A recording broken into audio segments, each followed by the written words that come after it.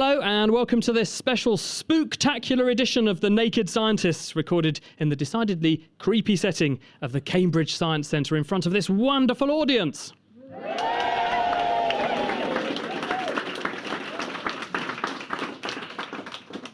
This time we're looking at the science of the supernatural.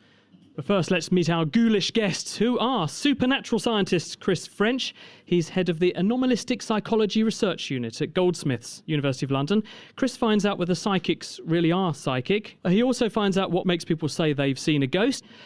Sitting next to Chris is Jane Aspel. She's a senior lecturer in psychology at Anglia Ruskin University. Jane works on out-of-body experiences, including inducing these experiences in other people to see what happens to their brains in the process. David Spiegelhalter is a statistician and a professor of the public understanding of risk at Cambridge University. He looks into the science of coincidence. And Deborah Hyde is sitting next to David. She's the editor of Skeptic magazine. Deborah likes nothing more than to get her teeth into tales of vampires, werewolves and other scary brutes. And next to her, Gustav Kuhn is a psychologist and also a magician from Goldsmiths, University of London. He'll be showing us some magic tricks during the show. Also with us in the Kitchen Science Corner, please show your appreciation and give a warm welcome to the ghoulish Ginny Smith and the horrible Hannah Critchlow. Hello! What have you two got in store for us today? So we're going to be inducing not an entirely out-of-body experience, but a little mini version of one, and we're going to be making some slime with things that you can try at home. Please show your appreciation and give a warm welcome to our guest panel this week.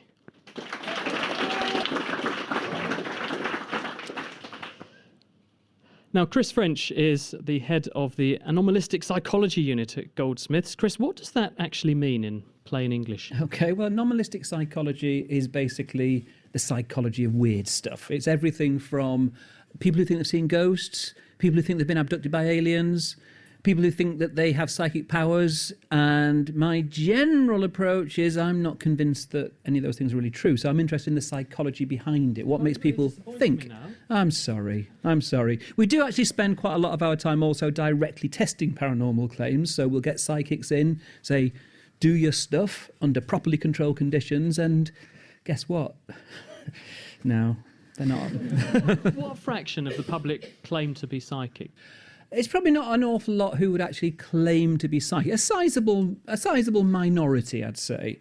But in terms of how many people believe in the paranormal, then you're typically looking at least half the population believing at least one or other paranormal claim. So it's really interesting to ask the question, well, what is it that's going on when people think they've experienced something psychic, and can we explain it in kind of normal psychological terms? And I think very often we can. Well, can we do a quick test? Hands up here if you believe in ghosts. Oh, you're a sceptical That's a very sceptical. Yeah. Well, just so everyone at home knows, okay, there's about 100 people here, and I can count about 5 hands up. Hands up if you're a liar. There's a few more hands gone up. Okay, so not particularly. That's very, very atypical. I mean, for we, example, on the question of ghosts, you would typically find about 40% of people would say that they believe in ghosts, and of those, quite a lot of them would say they have personally experienced a ghost. What about if we phrase the question slightly differently?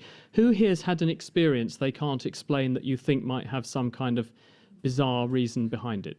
So a few more hands are going up. Is that more reflective, Chris? Yeah, again, but bear in mind we are at the Cambridge Science Centre, and this is probably not a typical audience. We've got an audience of people who are probably quite into science, probably have a different attitude to the general public. So, no, that's not very representative at all.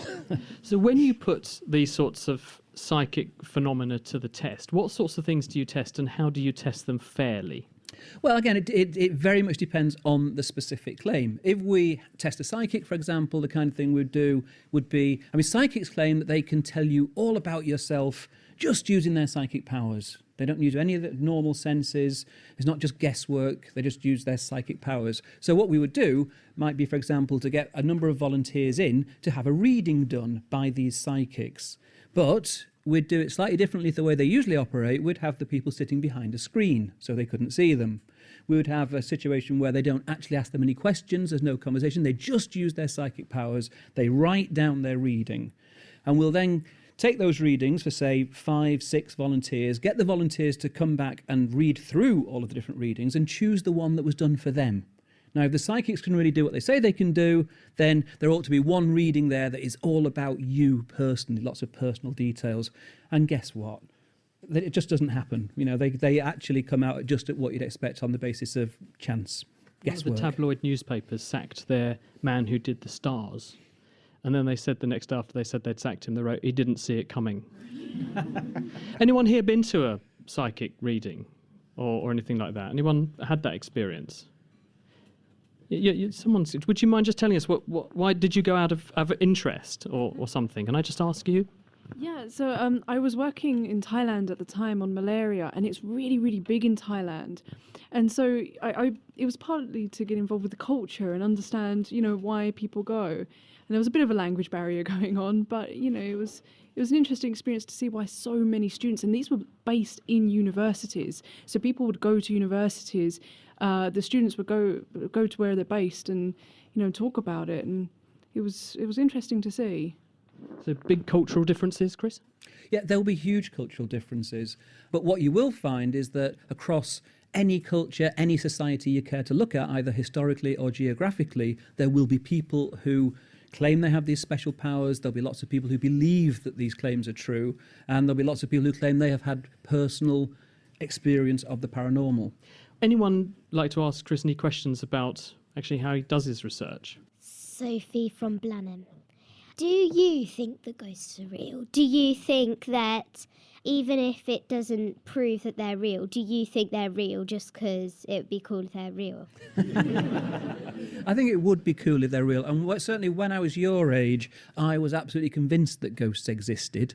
And I couldn't sleep without a nightlight. I was terrified. But the more psychology I learned, the more I realised that there are ways that your mind can play tricks on you.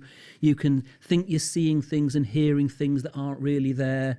You can get yourself worked up into a state. And, I mean, we can actually kind of demonstrate these kinds of effects under controlled conditions where we can set up situations where people see things, as, like I said, that aren't actually really there. I've actually got one kind of quite nice example of that, if you let me demonstrate that to you. This is not actually something where people are seeing things that aren't there, but one of the things that a lot of paranormal investigation groups do when they go in with all their bits of equipment to investigate a haunted location, there's something called electronic voice phenomenon, or EVP. And what these people claim is that if you go into these locations which are supposed to be haunted and you have a recording device on, that if you record just all the background noise and then play it back, you can actually hear spirit voices.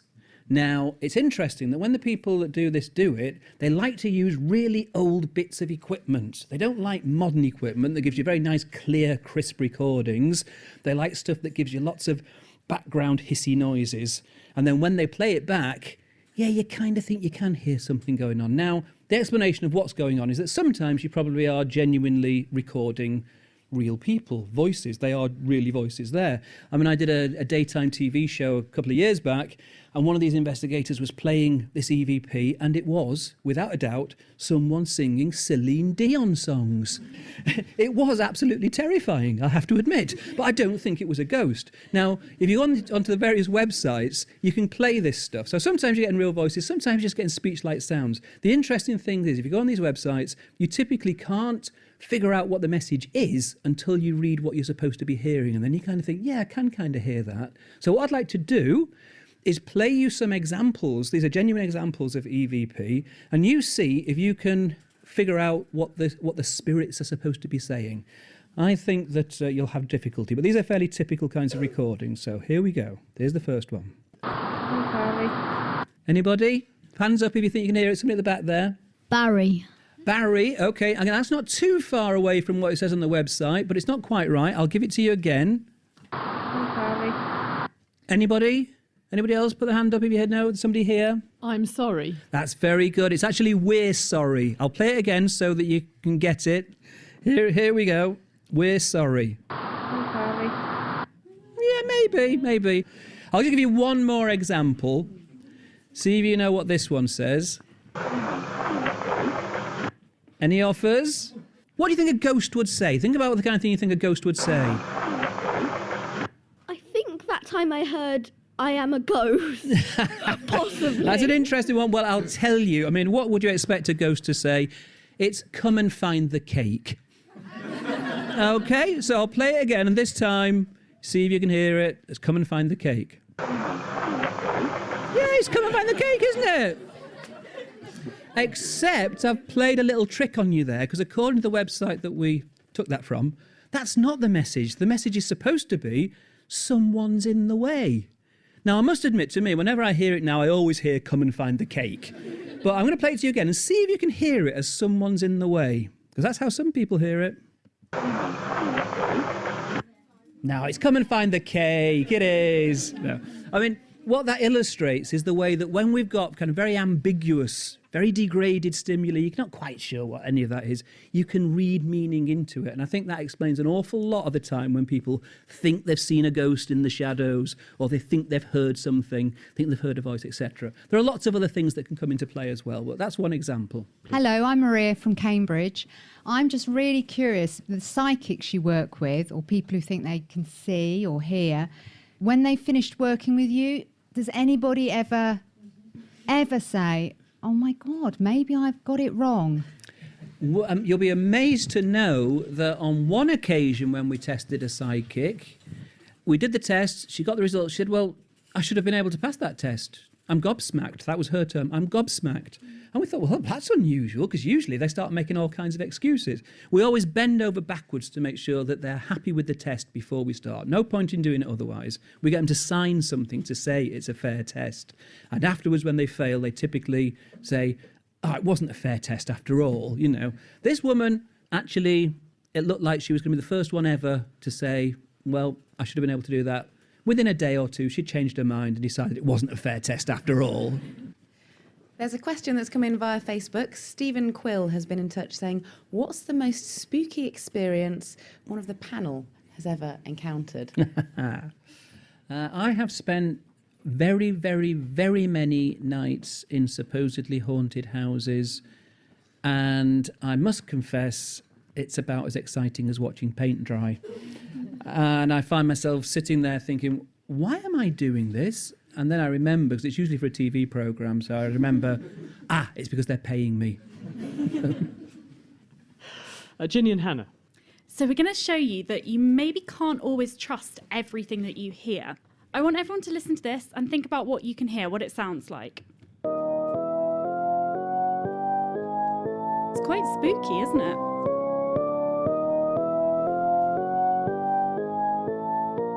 So what does it sound like? Can anyone describe it for me?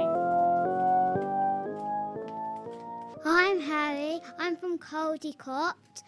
Is it someone playing the piano? It might be the piano. I don't know what instrument it is. It could be the piano. What does it sound like? Is it going up or down? Isn't it the same few notes played over and over again? What did everyone else think? Does it sound like it's staying the same? Sounded like it was going up a scale, up a spooky scale. Give us a cheer if you agree. Yeah. Did anyone think it was going down? No. So it sounds like it's going up. Let's have another listen. I think it sounds a bit like someone creeping upstairs, going up and up and up. Would you all believe me if I told you that's not actually going up and up forever? It's all an illusion. So we're going to need someone to help us prove that. What's your name? Malcolm. Malcolm, will you come and join us on stage? So in front of Malcolm, we've got a big speaker, and surrounding the speaker, a little kind of almost like piano keys, which, Malcolm, we're going to get you to hit each one of the piano keys in turn, going around the speaker.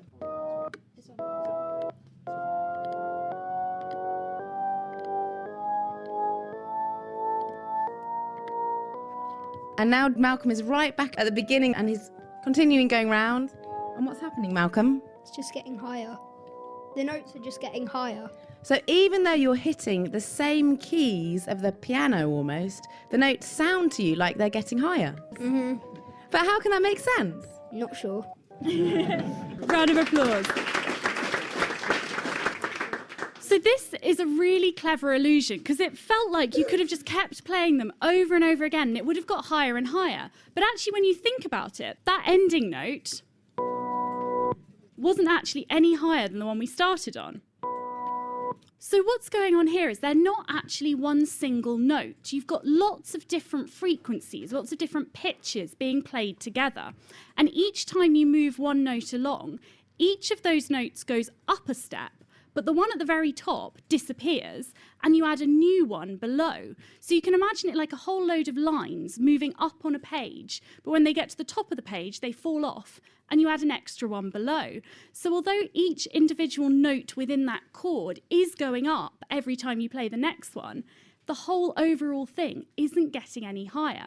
And it's kind of like, I don't know if anyone's seen the drawing of Escher's staircase. It's this really cool illusion where it looks like you could just keep walking up and up the staircase forever, but it actually goes round in a circle. And you can think of this as a kind of auditory version of that visual illusion. But it just shows that we can't always trust our brains and we can't always trust what we think we hear.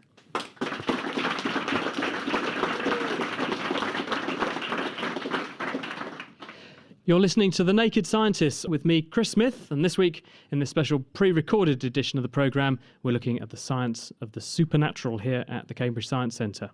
Jane Aspel is a senior lecturer at Anglia Ruskin University, where she investigates the phenomena known as out-of-body experiences. But what actually is an out-of-body experience? What do people understand by that term? What do they mean by it?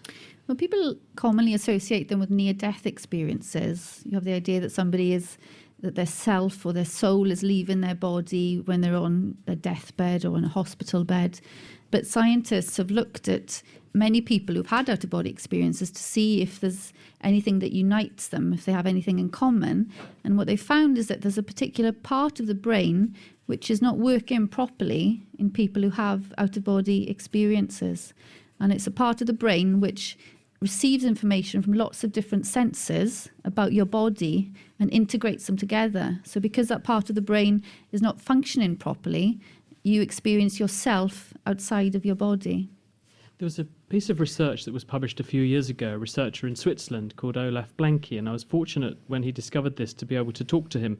And he could induce these sensations in people by deactivating a certain region in their brain. And he asked them, because they were doing this in people who were having brain surgery but were awake at the time, and all of the people said that they experienced a sort of shadow person who was themselves but a little bit behind and to the side of themselves. And when he gave them something to take, they would say, oh, they're trying to get hold of it. And they couldn't really grapple with the fact that it was them who was reaching out to take something. They experienced this other person trying to get hold of whatever he was offering them. It sounds really spooky, doesn't it? I worked in Professor Blanke's lab for 4 years before coming to Cambridge, and I met a patient who'd had this experience. It's called feeling of a presence. So it sounds really spooky, and they feel like somebody is constantly behind them and always around about 1 meter behind them. And usually they can't see them. It's just a feeling. So you might have had it if you walk down a street on your own in the night and you just sort of feel that someone's behind you, even though you can't hear it or see it. So these patients have this feeling all of the time. And again, it's caused by a particular part of the brain which receives information from our body. And what seems to be happening is that usually your brain should create a model of just one of you, but what's happening in these patients is the brain is sort of duplicating that. So it's as though there are two of you, and that other you is experienced as this presence. It's quite common though, isn't it? When you get people actually describing this experience, it's a very consistent and it's a very common description that they give. It's very consistent, yeah. There's always the feeling of the self is outside of the body, which is really hard to imagine. We take it for granted that we experience ourselves in our body, usually in our heads. It might feel like your self is sort of behind your eyes. But in these people, the self is always outside of the body and always above the body as well. So there's always an experience of elevation. So yeah, exactly. The reports are very consistent across different people, which is in keeping with this idea that it's the same brain region, it's the same abnormality which causes the problem in all people. Haven't some researchers like you attempted to find out whether or not people really are going out of their body by hiding things in operating theatres, for example, in places you could only see if you were really having an out-of-body experience, and then questioning people afterwards to see if they spotted that you'd written "Hello, you're a liar" on the top of the light, so that unless they had floated up to the ceiling and were looking down, then they wouldn't report the words were there. Yes, exactly. I think it's some scientists in Southampton are involved in this. So they've got some people in an accident and emergency hospital to collaborate with them, and they put these cards or pictures right very high up in the room where people are having a cardiac arrest, their heart is stopping, to see if they do go up there and they're able to report back what the picture was. They started that a few years ago. I haven't heard of any positive reports yet, but you never know. Any questions from the audience? My name is Catherine from Newmarket. You laugh about a cardiac arrest, having these out-of-body experiences, but I have experience of a patient. I have many experiences as a nurse, and if this room was full of nurses, 80% of them would be able to tell you a story. But going back to the cardiac arrests, sometimes they're successful, believe it or not. And the people say that they were up in a corner looking over themselves, and there's no way they could make up what we did to them. But they would tell you in detail what has happened to them. Yeah, I'm sure it can be difficult to explain these cases. I can't explain it. I don't know. I imagine they're telling you something like, while my heart had stopped, you pressed this button on that machine and then another person came in or whatever. I mean, what's happening in an out-of-body experience is your brain is receiving this information about what's going on in the world, and then it's somehow reconstructing it in a way so that you experience the room from a different perspective. So it could be that, you know, they hear a machine being switched on, they hear somebody walking into the room, and then that is integrated into their out-of-body experience. And that's why they say that they saw those things, but actually it could have been that they only heard them and then they experienced them as though they saw them. I mean, that's how I would try and explain it in a scientific way. Chris French. There's a lot of research on out-of-body experiences and a lot of research on near-death experiences. One of the kind of questions that I would always raise here is that there are some people who claim that they can have out-of-body experiences more or less at will by doing various kinds of mental exercises, meditation, etc., etc. Now, that would be very, very easy to test. Nobody's doubting the experiences. The experience of a near-death experience can be incredibly profound. It can be life-transforming. The experience definitely happens. The question is, what is it? Is it really a glimpse of some kind of afterlife, or is it a very, very rich and powerful hallucination? And I would say the evidence very strongly supports the latter rather than the former. Has anyone else got any questions or experiences? Naomi from Cambridge. I've seen two different members of my family have hallucinations, and one was visual hallucinations, my sister when she had malaria, and another one was my daughter when she was sleep deprived and she had auditory hallucinations. And having seen those both, I can believe anything. Both people were completely convinced that something was happening, but it was obvious to the rest of us that it was just a hallucination. Chris French.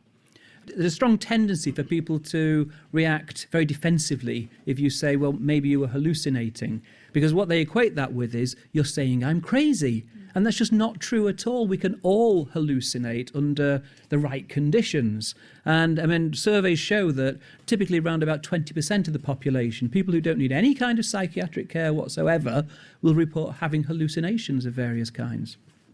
Well, let's see if we can demonstrate some abnormal perceptions. Ginny and Hannah, over to you. So Ginny is just prepping up experimental table here, and what she's got is a white piece of cardboard that's standing up vertically on the table, and it's going to act as a barrier. And we've also got on the table a fake hand.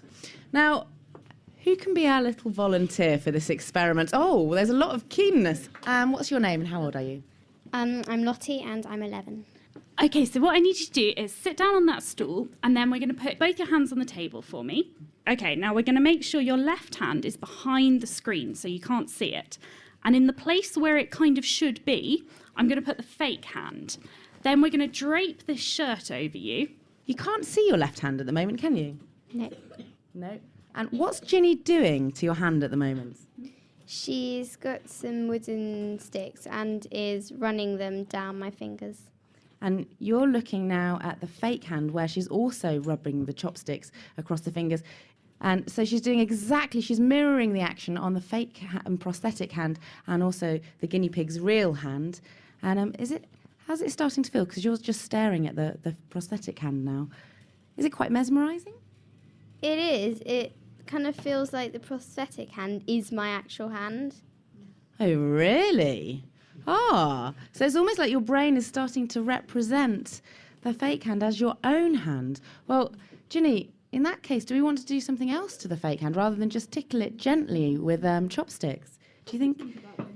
So Ginny's now going to get a giant hammer.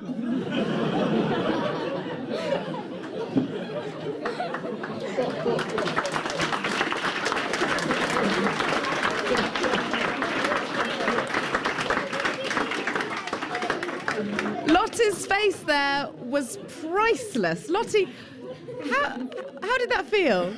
Have you recovered? No. What do you think just happened?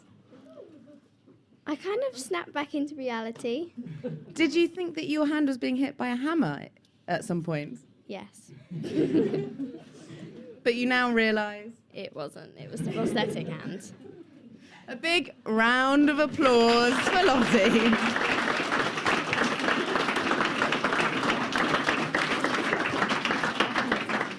So, what on earth was going on in Lottie's brain there? Ginny? Our brains have to work out all the time what is our body and what is not our body. What's the microphone you're holding, all of that sort of thing. And what it does to do that is it combines different information it's getting from its senses. So most of the time we can see our hands and we can also feel them. So if you see something being prodded and feel roughly the same thing, it's a pretty good guess that that's your hand that's being prodded. So what we were doing here is we were really confusing Lottie's brain by having her get the same feelings as what she could see happening on a hand that wasn't really hers. And that was tricking her brain. It was making her brain think that that rubber hand was probably her hand because she could feel what was happening to it. Or at least that's what it seemed. So then when I got out my large, heavy metal hammer and thumped it down on this hand that she'd started having the feeling that it belonged to her, of course, poor Lottie jumped back, thinking I was about to hit her with a hammer. I wasn't, and it didn't hurt at all, did it? Nope. No, so it didn't actually hurt her, but it gives you that moment of panic that something big and heavy is coming towards your body, and it feels like it was her body, even though it actually wasn't. Now, Jane, is that something similar that you do to induce these experiences in people? Yeah, so instead of having just a hand, what you could do is have a whole mannequin, because you want people to experience that their self is somewhat different to their body. So the experiences I generate are not as strong as an out-of-body experience, but usually I would have somebody standing in a room. They'd be wearing sort of virtual reality goggles like Oculus Rift or something, and then a video camera would film them from behind. The virtual reality goggles are connected to the video camera, so then they suddenly see their double standing in front of them, which is quite spooky. And then somebody has a long stick like you were using on the hand, and then you tap the person's back with the stick so they can feel the tapping on their back and see the tapping on their double in front of them. And people start to experience then that their body is actually over there where the virtual body is, and that their self is outside of their physical body. So that's how I try and create out-of-body experiences in healthy people. It's a little bit similar. Do you hit but them it with does, a hammer? What some other researcher does is get a knife and it looks as though they're stabbing it, and they also get a big fright like Lottie did. So what do you learn by doing this? I mean, it is exciting. I have done that, and it really is very strange to experience when you feel you're not in your own body. But why is this important, us understanding this? It's interesting to understand how an out-of-body experience works to start with, but my research in general is looking at how the brain creates a sense of self. How on earth does it generate the feeling of who you are all these things that we take for granted, that ourself seems to be inside our body, inside our head, that we know this body is ours. We don't experience somebody else's body as ours. So how does the brain create this thing, which is the most important thing in the world to us, ourself? So it relates to that, really. And it's only by manipulating your sense of self in these kinds of experiments that you can try and work out how the brain creates the normal sense of self that we sort of take for granted. From Anglia Ruskin University, ladies and gentlemen, thank you, Jane Aspel.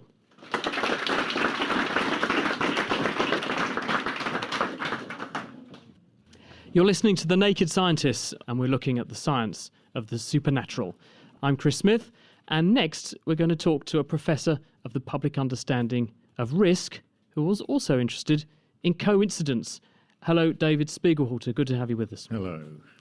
So tell us a bit about your research. What actually do you do? And is it risky? Oh, very, very well. The risk is, of course, it all going wrong. But let's see if coincidence is working here tonight. I'm interested in strange things that happen to people that people say, whoa, fancy that. And remember some of these things, the stories I've got, people remember for the rest of their lives some of the strange things that happen. Well, like what? Well, we collect them. We got a website, Cambridge Coincidences, and we got thousands of them. And some of the most popular ones that you could tell how old some of these are, how long they've remembered them, because they're about public telephone boxes. I think we've got 4 now where someone's walking along the street, an old red public telephone box. It rings as they're going past it, and they think, oh, I might as well answer it. They answer it, and it's for them. Yeah. What I wonder if anything strange has happened tonight. I mean, there's about 70 people in the audience. I've actually asked you to write down your birthday, so I've got them. Now, I wonder, would it be strange, there's 70 people, would it be strange if 2 people in the room had the same birthday? Is that strange? And hands up, this audience, if you would be surprised if someone in this room had the same birthday as you. Okay. Oh, blimey, this is a sceptical audience. So about 5 or 6. They might be best. What happens if 2 people. people in the room walked in with the same birthday and happened to sit very close to each other? Now would that be quite cool? Come on, you miserable lot. It would be cool. It would be cool. Okay, stand up if you were born on the 27th of March.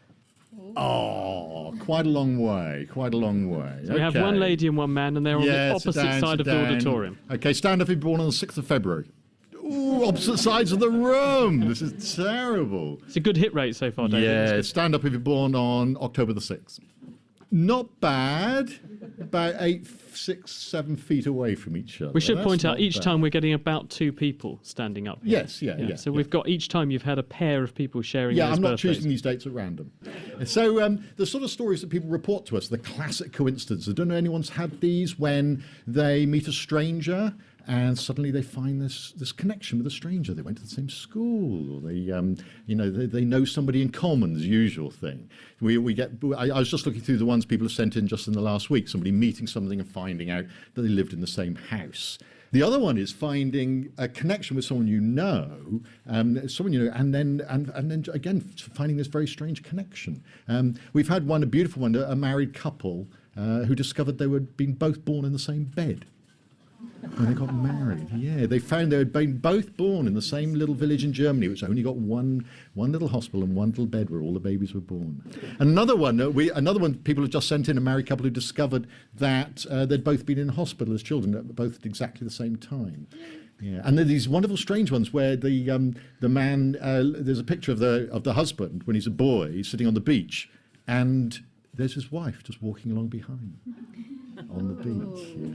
But isn't the whole point of every single one of these examples is notable because it's exceptional? Whereas all of the other benign things that happen in people's lives that don't have these bizarre coincidences attached to them, people just ignore. Exactly. There's so many million things that happen to us all the time. There's inevitably going to be some strange things that happen. For example, who was born on the 2nd of September? Oh, 2 not people bad. again. Not bad, about 6 feet. Right, okay. How about 10th of January? Oh, miles away. That's useless. You're all deliberately there's this powerful force that's making people sit at opposite ends of the room if they got the same birthday. But cool, there's a lot of people in here with the same birthday. But David, isn't it a coincidence that none of the people with the same birthday are sitting together? No, wait, I haven't finished. Yeah, we'll see. Okay, so the other ones I love are where people rediscover objects. It was lovely, someone sent one in recently where they had carefully stenciled on a lovely picture on their chest of drawers. And then they'd given it to a friend, and the friend had gone away a couple of hundred miles, and then years later this woman had moved and to this new town, and she had a friend next door invited her into a room, and there was the chest of drawers. Complete stranger like that. So when these things happen to people, they go, whoa, that's really cool. And people in the past have invented theories for why these things happen. A guy called Camera had this theory of seriality. There was this sort of force that caused these strange things to happen more than they should. And Jung had this idea of synchronicity. This was definitely to do with premonitions as well, that we could feel things happening before they did. We banned premonitions from our website. We're not allowed. I don't let them go in there. I would only accept premonitions if people told me them before the event happened. Afterwards, it's cheating. Okay. 7th of March. Oh, you're not sitting next to each other. Pretty good, but not quite there. We'll see. So, those are the sort of things. Oh, and then there's numbers. People, the PIN number keeps on cropping, same PIN number. Someone wrote in and said, there's the same PIN number for my child's primary school and the bike lock at work. But these things happen. They happen. The other thing is that we get a lot of people writing to us saying, these things keep on happening to me. It's really actually quite disturbing. These things happen to me all the time. I keep on noticing these connections between everything. And I'm afraid, I do believe they do happen to some people more than others. I really do. They never happen to me. Coincidences never happen to me. No, it's not true. I once had someone phone me up when I was on the train about a story about a bacon sandwich while I was eating a bacon sandwich. But that's the only time it's happened to me. And it was so obvious I couldn't miss it. Now, the point is, why don't they happen to me? Now, I'm the sort of person who goes around staring at the ground. I never notice what's going on around me, and I never speak to anybody at all. I'm miserable. I could sit next to someone in the train for hundreds of miles and not utter a word. So these things never happen to me. But if you're the sort of person who sits next to someone in the train and starts talking to them, or you're the sort of person who actually notices what's going on around you and then notices, I saw that person earlier in the day, then that's who they happen to. The coincidence happen. So we have people, they happen to them all the time because they notice things and they talk to people. I could sit next to my long-lost twin I was separated from at birth, and I would never know because I just get up without speaking to them. So who knows how many things I've not noticed. So what I'm amazed at is not how many coincidences there are, but how few there are. I'm afraid I failed rather on the sitting next to each other. I got quite close, but there were 7 pairs of people that shared birthdays in this room, which I think is quite a good coincidence. Any questions for David on the science and study of coincidence? Anne from Canada. I'm just wondering how you go about studying this. Are you using numbers and statistics and probability to study how coincidences happen, or? Yeah, I'm a statistician. I work in the maths department here. So where possible, we try to do the maths. So the people sharing birthdays, I can work out exactly what the chance is of various pairings in this thing. I know that if there's 23 people in a room, there's a 51% chance two of them share the same birthday, and so on and so on. So I can do all those calculations. And sometimes on the pin code, you can do the maths. You can do the chance of does anyone share a birthday with their parent? Anyone got the same birthday as their mum or dad or anything like that? Anyone got a birthday this year? Anyone got a birthday this year, yeah. Anyone got a birthday, share it with a brother or sister? Anyone got the same birthday? Yeah, who isn't a twin? That doesn't count. Yeah, no, that doesn't count. That's cheating. Because we've got, I think, 5 examples of people where there's 3 siblings, all with the same day, but born in different years. So they're all born on each other's birthday. And the chance of that happening, we know, is 135,000 to 1, which is rare. It's extremely unusual for it to happen. Except it happens every year in this country because there's 160,000 third children born every year in this country. And just by chance, there's going to be at least, there'll be one, you can expect one to match, have an older brother and sister born on the same day as well. So they come up in the news. If you Google 3 birthdays on the same day, they'll come up all the time. And the Daily Mail always gets the odds wrong and says it's 48 million to 1, which it isn't. So. Ladies and gentlemen, David Spiegelhalter.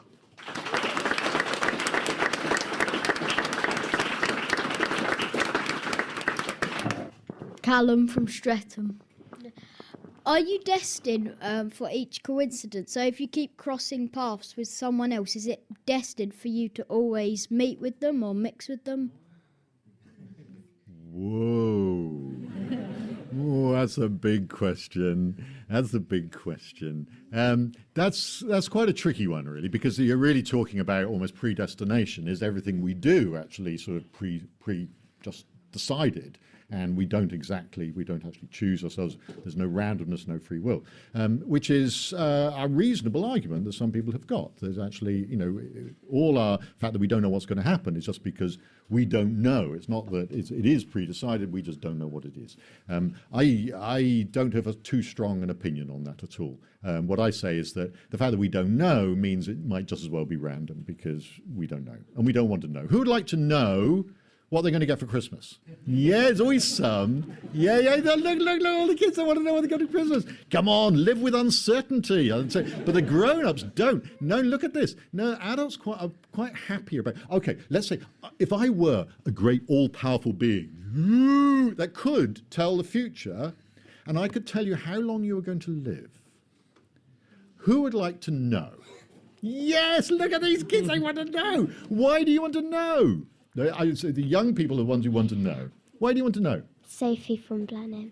I want to know because then if you were going to live a really long life, then you could plan it. Yeah, exactly. But then if you weren't, then you could think, well, what's the most important thing I need to get done in my life and do that first. Exactly. Good. So run up a big bill on the credit card. Well done. Yeah. No, exactly. If you knew, you could plan it. And so that's a very sensible thing to do. But most people notice that actually, as you get older, you're actually prepared to embrace a little bit more uncertainty in your life, and you quite like it. So I think that's a really interesting age profile in that. But unfortunately, I am not an all-powerful, all-knowing being, so I can't tell you. David Spiegelhalter, thank you very much.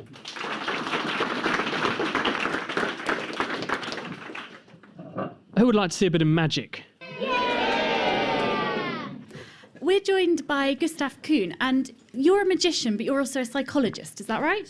Yeah, I started off as a magician, and sort of my interest in magic really led me to study psychology, and now I study the science of magic. If we look at science, aren't we going to ruin the fun of magic? Well, I don't think so. I mean, magic is very interesting in that magicians have developed really very powerful techniques to manipulate your perception. And by studying some of these techniques, we can actually work out quite a lot about how the brain works. Can you show us a trick then? Yeah, I'll show you a couple of tricks. Okay, so I'm going to try and describe what you're doing for our radio audience. So you've got a ping pong ball, and you're throwing it up and down in one hand, and it's gone. So you threw it up, and I saw you catch again. Then you threw it again, and I saw you catch it again. Then you threw it again, and it disappeared. Yeah, so this is known as the vanishing ball illusion, and it's very, very simple. How many of you saw a ball move up on the last throw? That's at least a third of the audience think they saw it going up. So about a third of the audience. So what's happening here is I've got a ball, and I throw it up in the air a couple of times, and on the final throw, I just pretend to throw it up, but in fact, it's actually held inside my hand. Now, what's very interesting about this illusion is that most people actually experience a ball moving up and then disappearing somewhere sort of like between me and the ceiling, even though the ball hasn't actually left my hand. We're getting lots of nods from the audience, people who definitely thought they'd seen that ball. And so this is a really nice example to demonstrate that really what you're seeing is not necessarily the way the world is, but it's much more related to the way that you expect the world to be. So because you're expecting the ball to be kind of like leaving the hand, that's why you actually experience the ball as sort of like moving up.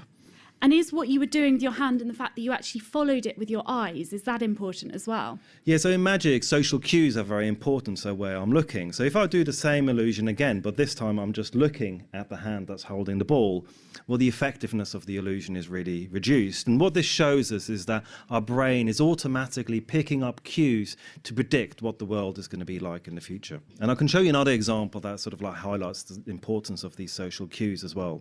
Who wants to see another trick? I think they'd like to see another one. So this is a very simple trick. I've got a green lighter here on the table. There's a green lighter on the table, right? You're lighting it and clicked your fingers. it's gone. So it was in your left hand, you lit it, you waved your right hand over the top of it, then you opened your right hand, it definitely wasn't in your right hand, but then you also opened your left hand and it wasn't in that hand either. Is that what everyone else saw? So can we just have a show of hands of how many of you saw how the lighter disappeared? Oh, we've got a few hands. What did you think? I saw him dropping it. Whoa! Gustav, you've been called out. You dropped it, apparently. I'll do exactly the same thing again. Right, so you've lit the lighter, you've waved your right hand and clicked, Oh, it's on your lap! So now, how many of you saw how the lighter disappeared? Okay, most of you saw it that time. Yes, so the lighter was really just dropped. So the way this is not actually a real magic trick. I'm using misdirection to sort of like demonstrate really how little of the environment that you're normally aware of.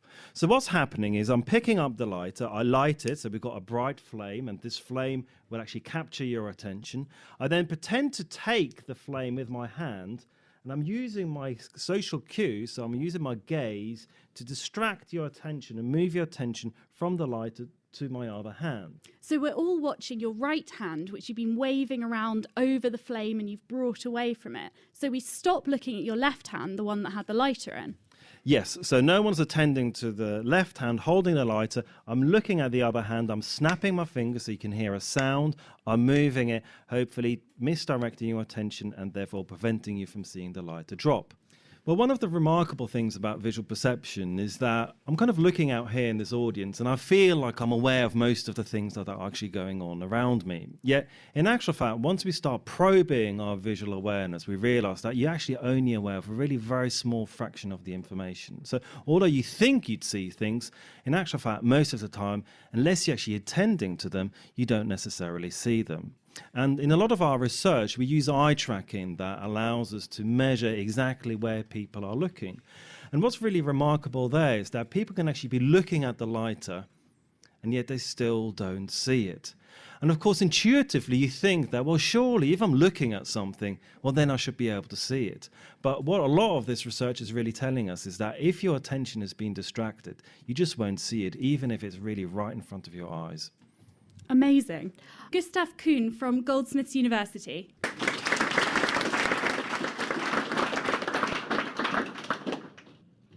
You're listening to The Naked Scientists. This week we're looking at the science of the supernatural, the super spooky. Up next is Deborah Hyde, who is actually the editor of Skeptic magazine. Tell us about your magazine and what sorts of things you publish, Deborah. Skepticism includes a lot of areas. It can include cryptozoology, for example, people who believe they've seen something like the Beast of Bodmin Moor or Bigfoot, perhaps people who feel that they've been abducted by aliens or even fairies, as would have been more fashionable 100 years ago. And we're interested in an evidence base for things. We're interested, rather than in our perceptions, which I think we've seen this evening can be so frequently faulty, we're interested in the evidence to see what's real and what isn't. And what about these consistent stories of beasts of Bodmin and vampires and all that kind of thing? Where do they come from? Vampires were probably a misunderstanding of normal processes of decomposition. They just happened at a specific time in history. It was a couple of centuries ago, really, and the reason that the stories came out when they did was political. What is a misunderstanding of the process of decomposition? Our ancestors, for very, very good reason, didn't understand decomposition the way we do.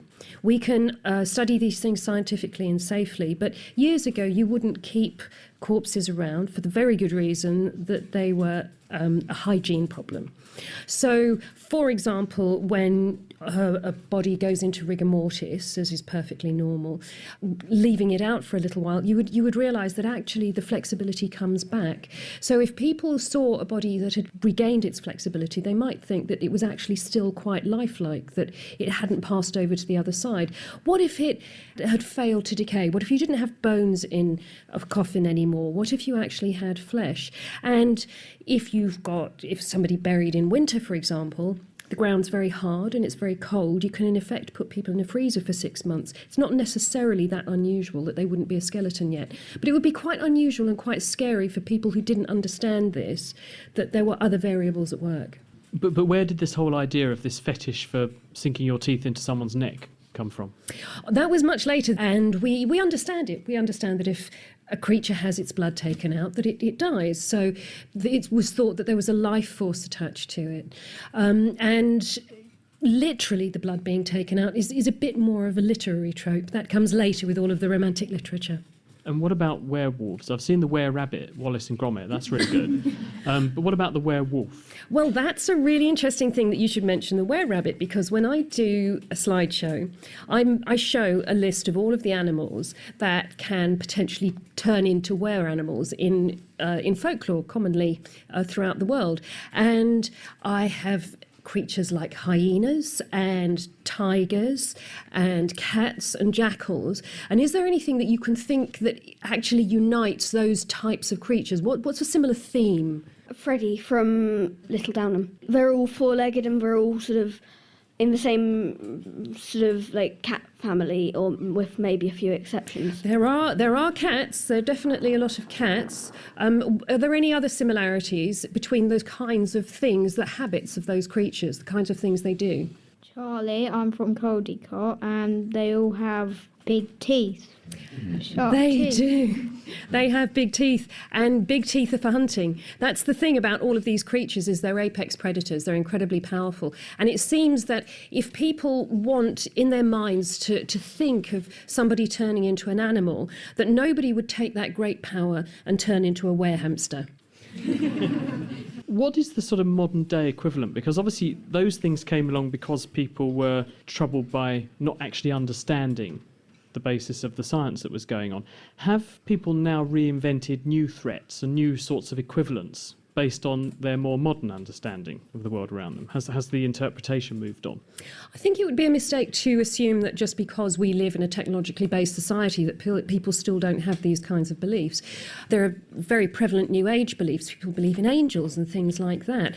And the thing that's interesting to notice, if you go into history, that so many of these creatures are very dangerous, and they're quite random. And so was life. An awful lot of people died prematurely in historical times. It's very easy for us to forget the effect that antibiotics and vaccinations and safe midwifery processes have had, that it's had on human death rates. In medieval times, there was about a 1 in 10 chance that you would die giving birth, and it's very, very unusual now. These days, if you talk to people about supernatural creatures, they're quite often likely to believe in lovely things that help them out because our lives are benign and safer. Any questions, Georgia? Do you think these beliefs are good for people to have, or do you think they're more damaging? It varies. It's very noticeable in history that when there are random environmental factors, when there are wars, when there are epidemics, when there is mad inflation or something like that, that people get very panicky and they're likely to scapegoat other people. It seems to be tremendously satisfying for groups of people to blame one person and then to perform a ritual to get rid of that person, or to get rid of that effect that's happening. Now, it doesn't actually work, but it makes people feel better temporarily.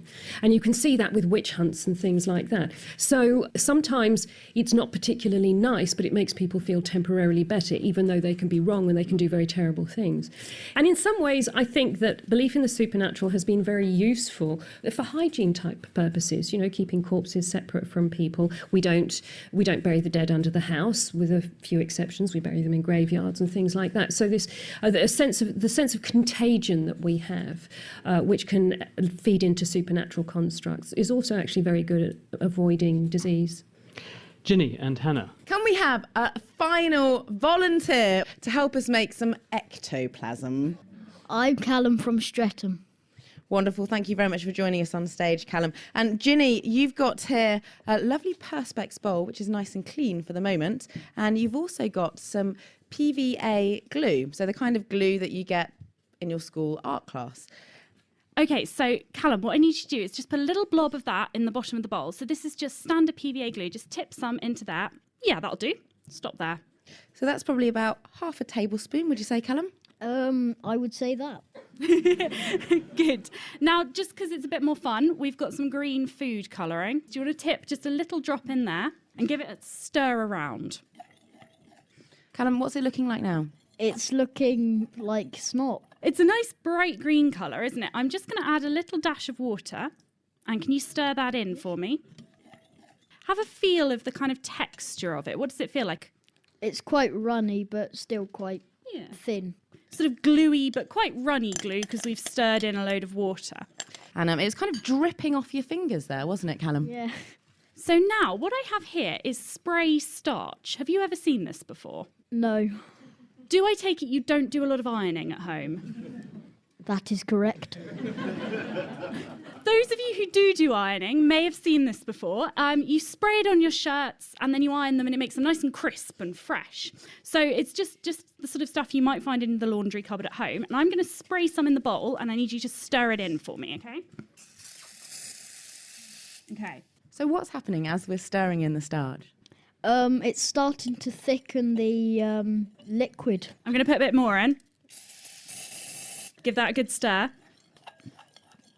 Starting to thicken even more. Can we see it's almost going kind of stringy as I pick it up? Let's put some more in. Keep going. Okay. Oh, wow, that's transforming before our very eyes. Callum, what's happening there? It's starting to combine together and become stronger and harder. So now it's started sort of pulling away from the side of the bowl, hasn't it? We've got a big oozy lump. Do you want to get your hands in there now? Yes. So it's now coating Callum's hands and just stringing down completely. Callum, how does that feel? Quite cold. Quite soapy. Sort of slimy, isn't it? But look, if you pick it up really, really quickly and sort of roll it around between your hands, you can actually almost get it to form a sort of ball. And then as soon as I let go, it goes back to being liquid. Can you see that? Okay, let's try adding a bit more. It's kind of jelly-like. So the more starch we've added, the more solid it's become. And it's gone from being entirely liquid to being this kind of stringy gloop that you can actually sort of roll around in your hands. It's almost like flubber. And if we kept spraying the starch in, it would get firmer and firmer and firmer as you go. So you can, if you try this at home, you can experiment with adding different amounts of starch to make a firmer or a wetter slime. So Callum, can you come up with some idea for why you think this might be happening? Why do you think adding starch to glue might make it more solid and slimy-like? Is it something to do with the chemical reaction that is taking place? Ooh, Ginny! Very good answer. So what you have is PVA glue. It's a long chain molecule. So if you imagine every row in this room, if you held hands with the people next to you, then each of you would be a polymer, a long chain molecule like PVA. What's happening when we're adding the starch is that it's joining those molecules up. So then if you imagine, well, you're still holding hands with the people next to you, but if a few of you reached back and grabbed the hand of the person behind you so that all the lines are joined up. Now, originally, when you were just holding the hands of people next to you, if I'd asked you to move, you could quite easily have moved. One row could have gone left and the next row could have gone right. And that's why the PVA can move around. It can sort of, the molecules can slide over each other. When we add the starch and it causes those molecules to join up, like when you joined hands with the person in front or behind you, the molecules can't slide over each other as easily. They're what we call cross-linked, and that makes this harder, stretchier material. Now, they can still slide a bit because they haven't cross-linked all that much, but the more starch we add, the harder it'll get for them to move around because the more of you would be holding hands with the people in front of you, and that makes a harder, firmer mixture. And that's actually the same thing they do to rubber. To make the rubber for your tyres and things, they add sulphur, and that cross-links the rubber molecules, making it firmer. So you get nice, hard, bouncy tyres. You wouldn't want tyres that were made out of something like this slime. Show your appreciation, please, to Callum and Ginny and Hannah. Well, that is it for this week's edition of The Naked Scientist, where we've been exploring the science of the supernatural. Thank you very much for listening. The Naked Scientist comes to you from Cambridge University. It's supported by the Wellcome Trust, the EPSRC and the STFC. My name's Chris Smith. Thank you very much to Ginny Smith and Hannah Critchlow for Kitchen Science, and to Georgia Mills for production, and Tim and Amelia, the interns, for social media support. And until next time, goodbye.